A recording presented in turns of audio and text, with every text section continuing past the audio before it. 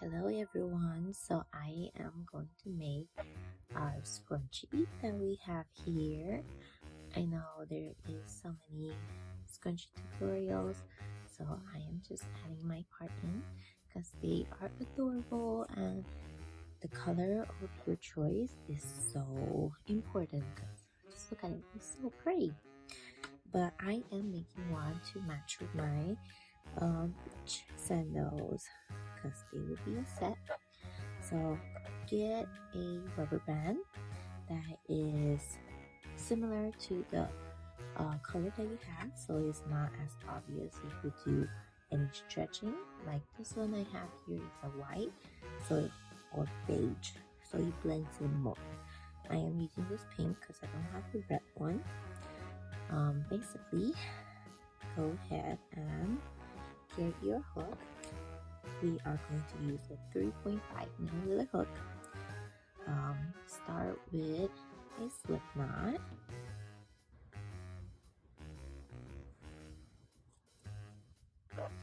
And we're going to have the yarn attached to the hook and insert your rubber band to do a single crochet. So pull your yarn over and double single crochet. Now you have your tail here. I usually just hide as I work instead of trying to do it at the very end. So I'm just gonna hold it on this, attach it to the rubber band so it can be worked in the crochet. So after our first one, go ahead and yarn over and single crochet. Make sure that you don't have any extras. And we're going to just repeat what we're doing here all the way around the rubber band.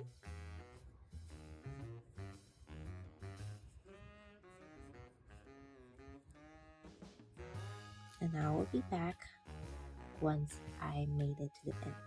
I do recommend you to work as tightly as possible to have a tighter ruffles, but if you don't have a tighter ruffles, you can just go ahead and work along the rubber band. Just make sure you don't show too much of the rubber band, and I'll be right back. Hello, so I am back with the first round and coming back to our last stitch here. I am gonna make one more actually, just to close off this little gap here. So as you can see, my round is not as tight, and the good thing about the similar colors is that you don't notice it as much. But if you want to, you can go ahead and do more rounds, but you will deform your rubber band, and I did not want that, so that means it's too tight. You'll be good in a different type of yarn, but not with this. So I'm just gonna go ahead and find my first stitch up here. As you can see, this is my chain and the first single crochet loop. Go ahead and slip stitch, and we're gonna go ahead and do 2 chains, yarn over the hook, and we're gonna do a double crochet on the same chain space here, yarn over and yarn over. This is our double crochet. So this chain that we created will be acting as our first double crochet, and we did our second one. And now we're gonna go to the next chain space with another double crochet. So we have 3. So you'll be starting as 2, 1, and we're gonna do 2 double crochet in the same chain space once again, and then 1 double crochet. So we're going to alternate 2 double crochet and 1 double crochet in each chain space. So this row will be pretty simple. Don't worry, it will still come out as roughly because the trick is our next row. And I'll be back after finishing this row. I am back on my last stitch here. I ended up with a double crochet because my previous stitch are a single crochet, so my last stitch is a double crochet. I am going to find my slip on the 3 first chains and slip stitch. This is the ending of our second row. It has a little cutesy ruffles, but it's not big enough yet. So we're going to start with our third row and do a 3 chains, double crochet on the same hole here. 1 and 2. So remembering the first 3 chains is counted our double crochet, so I have 2. So this is our first 3 double crochets, and in the next chain space we're going to do 3 double crochets. We are increasing our ruffles.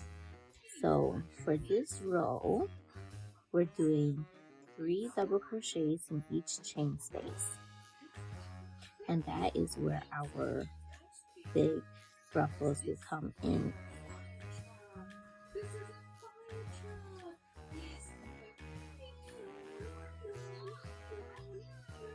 So just go ahead and finish your third row with 3 double crochets in each chain space, and I'll be back to close off the row.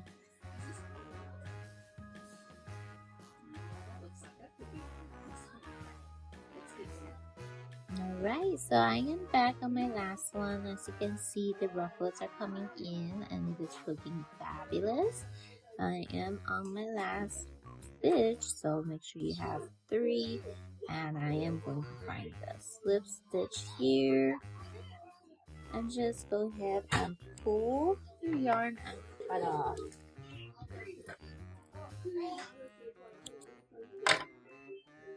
And then I usually would like to hide my yarn going under.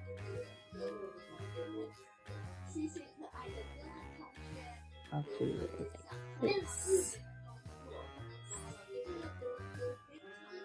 Hide it going downwards so that it doesn't get pulled out that easily.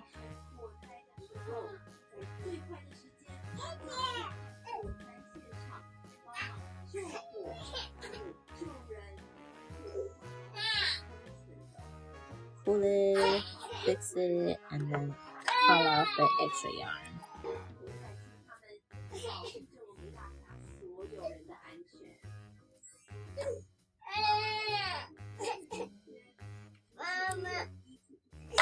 Alright, and this is take 2. This is my end result. Just go ahead and pull your work down and then just fix your ruffles because they do need some fixing because they just fresh off of the hook and don't know where they belong.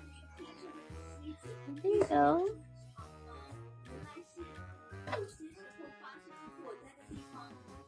It is so adorable. Go ahead and make yours.